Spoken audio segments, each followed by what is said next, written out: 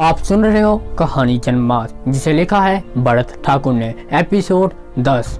लो कर लो बात। गुप्ता और गुप्ता कहाँ मर गए ससुरा। जी साहब, गुप्ता ने चौकी के पास से आवाज लगाई। साहब को चौकी में बिठाकर ठंडा वंडा पिलाओ, ससुरे की खोपड़ी बना गई है। नहीं, मैं चलना चाहूँगा। कुछ और देर रुका तो सिर फट जाएगा। मैं खिस गया था। अरे कहाँ चले, थोड़ी देर और गपशप हो जाए। आपकी बातें सुनकर हमें भी कुछ कुछ होता है। जहाँ तो ससुरा दूर दूर तक कोई नहीं है। आप जैसे अनुभव की बातें सुनकर हम जैसे सीनियर से बात करेंगे ताकि हमारी यहाँ से तत्काल छुट्टी हो जाए। वह गुप्ता की ओर देखकर एक कुटिल मुस्कान से साथ बोला। पुलिस वाले ने जबरदस्ती मेरा हाथ पकड़कर चौकी की तरफ बढ़ने लगे। मेरे मन में कई सवाल उठ रहे थे। डर के मारे फंस चुका था। सच और झूठ परखने की क्षमता खो चुकी थी। डर की लहरें बार बार दिमाग को कचोट रही थी। गुप्ता ने एक गिलास ठंडा पानी हाथ में थमाया कि शक्ल निर्जीव सी लग रही थी। कोई भाव नजर नहीं आ रहे थे। टेबल पर जमात का सामान पड़ा हुआ था। छड़ी, झोला, घड़ी और वो डायरी को देखते ही जन्मात की बात याद आ गई। डायरी मुझे जान से प्यारी है, आप इसे जरूर पढ़िएगा। जन्मात के शब्द जैसे कानों में गूंज रही थी। मेरी आंखें डायरी को देख रही थी। मन में भूचाल आया हुआ था। शायद इस डायरी से कुछ राज खुल जाए और कुछ जानकारी मिल जाए। मैंने डायरी हाथ में ली। गुप्ता मुझे घूर रहा था और परेशान था, और वो दूसरा पुलिस वाला न जाने कहां बाहर रह गया। डायरी के पहले पन्ने पर कुछ नहीं लिखा था। मुझे डर था कहीं ये ब्रेन भाषा में ना हो, पर अगले ही पन्ने में लिखावट दिख गई। मैं जन्मात हूँ, आखिरी वक्त चल रहा है।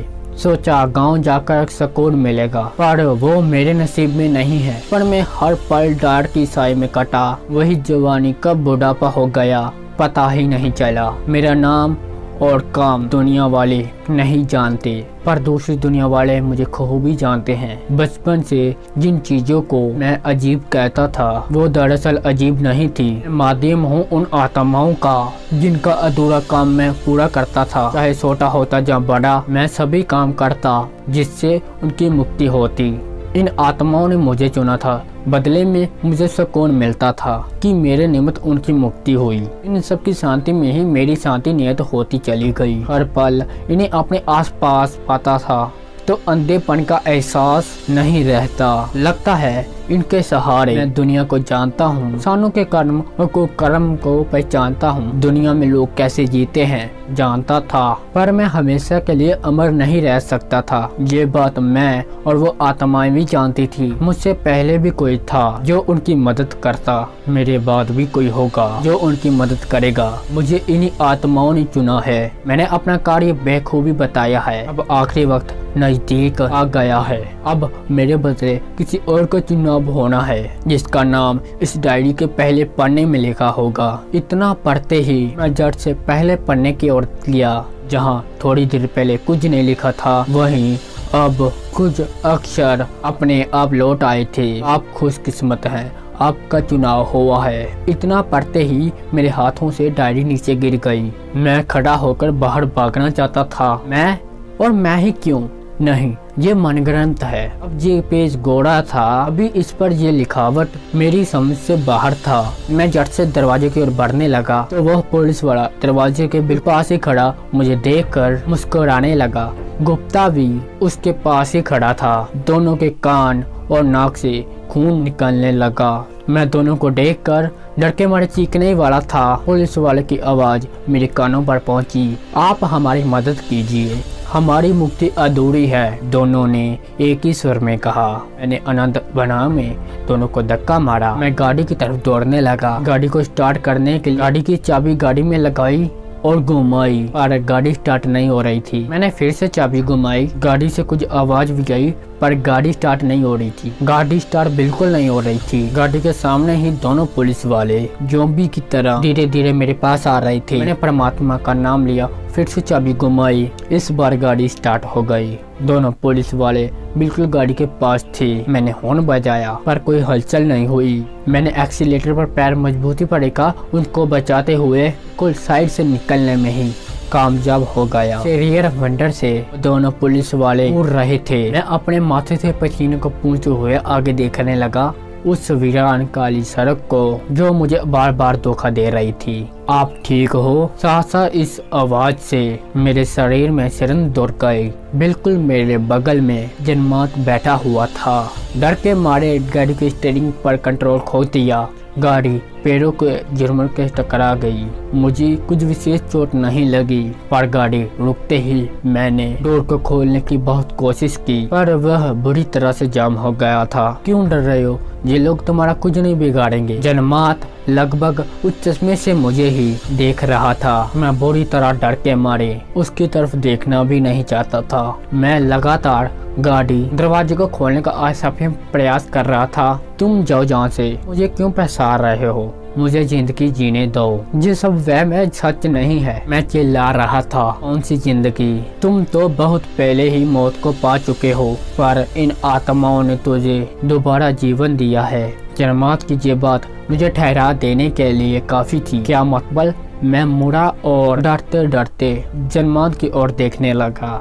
जन्मात अब बिल्कुल सीधे मुंह किए हुए विंडो पर कांच से बाहर देख रहा था। वो ट्रेन की घटना याद है जिसमें तुम अपनी आँख को जला हुआ देख रहे थे? वह असल में तुम्हारी मौत ही थी। विधाता ने तुम्हारी जिंदगी वहीं तक लिखी थी। उसके बाद की जिंदगी तुम जी रहे हो वो तुम्हारी नहीं है, ये उस माध्यम की है जिसे उन्होंने चुना है। ऐसे सुन विश्वास नहीं कर पा रहा था। मैं हक्का बक्का रह गया। आज तक मैंने ट्रेन वाली बात किसी को नहीं बताई। तुम्हारी फैमिली भी नहीं रही, तुम्हारे आगे पीछे भी कोई नहीं है। जिस विधाता ने तुम्हें बनाया है उसी ने तुम्हारी आगे की जिंदगी लिख दी है। हमारी उसी ने तुम्हें माध्यम बनाया है। जाओ अपनी जिंदगी इन आत्माओं के लिए सेवा में लगा दो। तुम लोगों ने मुझे फंसाया है। तुम अब मुझे तर्क देना चाहते हो। तुमने उस बूढ़े को मार दिया, उससे अपना बदला पूरा किया। नहीं, मैंने किसी को नहीं मारा। वह बूढ़ा अपनी खुद ही मौत मरा है। उसका अंत भी निकट ही था। तुमसे बात कर कर जैसे उसने जाड़ियों में छलांग लगाई, दूसरी आत्माओं ने उसे बंदी बनाकर उस तांत्रिक के पास लेकर गए जिसे तुमने गाड़ी से देखा था। वह भी एक अलग ही तरह का माध्यम था। तांत्रिक और बूढ़ा कब से मुझे ढूंढ रहे थे। उन्हें शक्तियाँ चाहिए थी, पर अफसोस दूसरे विकट आत्मा ने तांत्रिक और बूढ़े दोनों को खामोश कर दिया। विकट आत्माएं द्वार के उस आत्माओं की तरह होती है। पहली बार तूने जिस ट्रक को देखा था उसने मुझे लिफ्ट दी थी। जब मैं उसे पहचान गया वो उस तांत्रिक का सारगर है। मैं चलती ट्रक से कूद गया।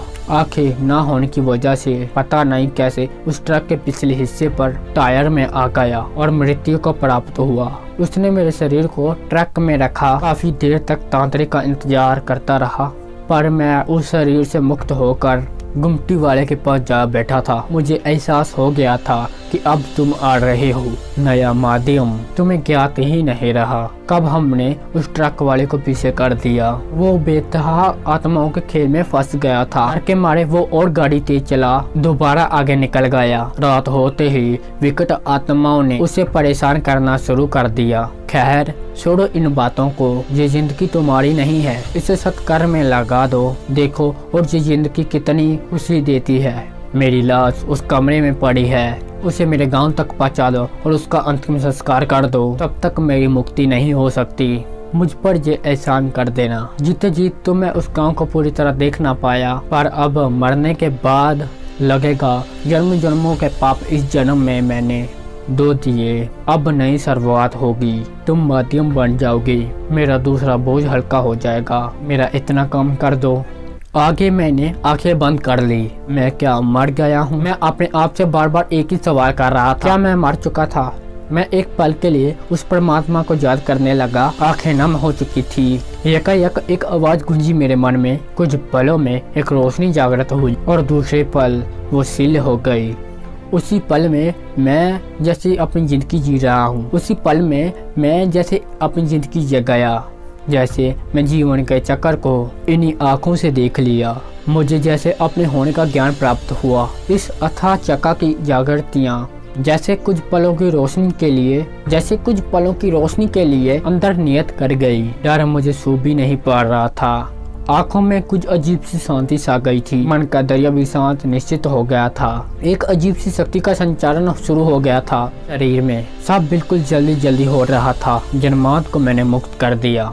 उन दोनों पुलिस वालों का कार्य भी पूरा कर मुक्त कर दिया। एक के परिवार वालों को मैंने पेंशन शुरू करवा दी, दूसरे की बेटी की शादी, मदद। मैं एक माध्यम बन गया, लोगों के बीच में रहकर आत्माओं का माध्यम। जीवन में मैंने कई उतार चढ़ाव देखे। मेरा निर्णय सही या गलत था मुझे नहीं पता, पर एक अलग ही आत्मिक सुकून है इस काम में। जीवन जीने के लिए एक अलग ही निमित्त बन चुका था, एक माध्यम बनना। 30 वर्षों के बाद शरीर बूढ़ा हो गया है, कहीं न कहीं शरीर को छोड़ने का समय आ गया है।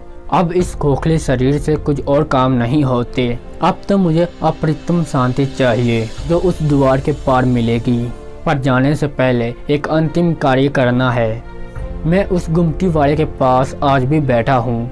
गुमटी वाला भी अब काफी बुजुर्ग हो गया है, वृद्ध के हाथों से कप भी पकड़ा नहीं जा रहा है, फिर भी चाय की दुकान खोलकर बैठा है। मेरा अंतिम समय आ गया है। मैं भी उस गुमटी वाले के पास बैठा हूँ और इंतजार कर रहा हूँ किसी और माध्यम का। क्या आप लिफ्ट दोगे? दोस्तों, उम्मीद करता हूँ आपको मेरी ये कहानी पसंद आई। यदि गाइस आपको ये कहानी पसंद आई, हमारी वीडियो को लाइक और चैनल को सब्सक्राइब। और हाँ, मैं आगे भी आपके लिए ऐसे ही इंटरेस्टिंग कहानियाँ लेकर आता रहूँगा।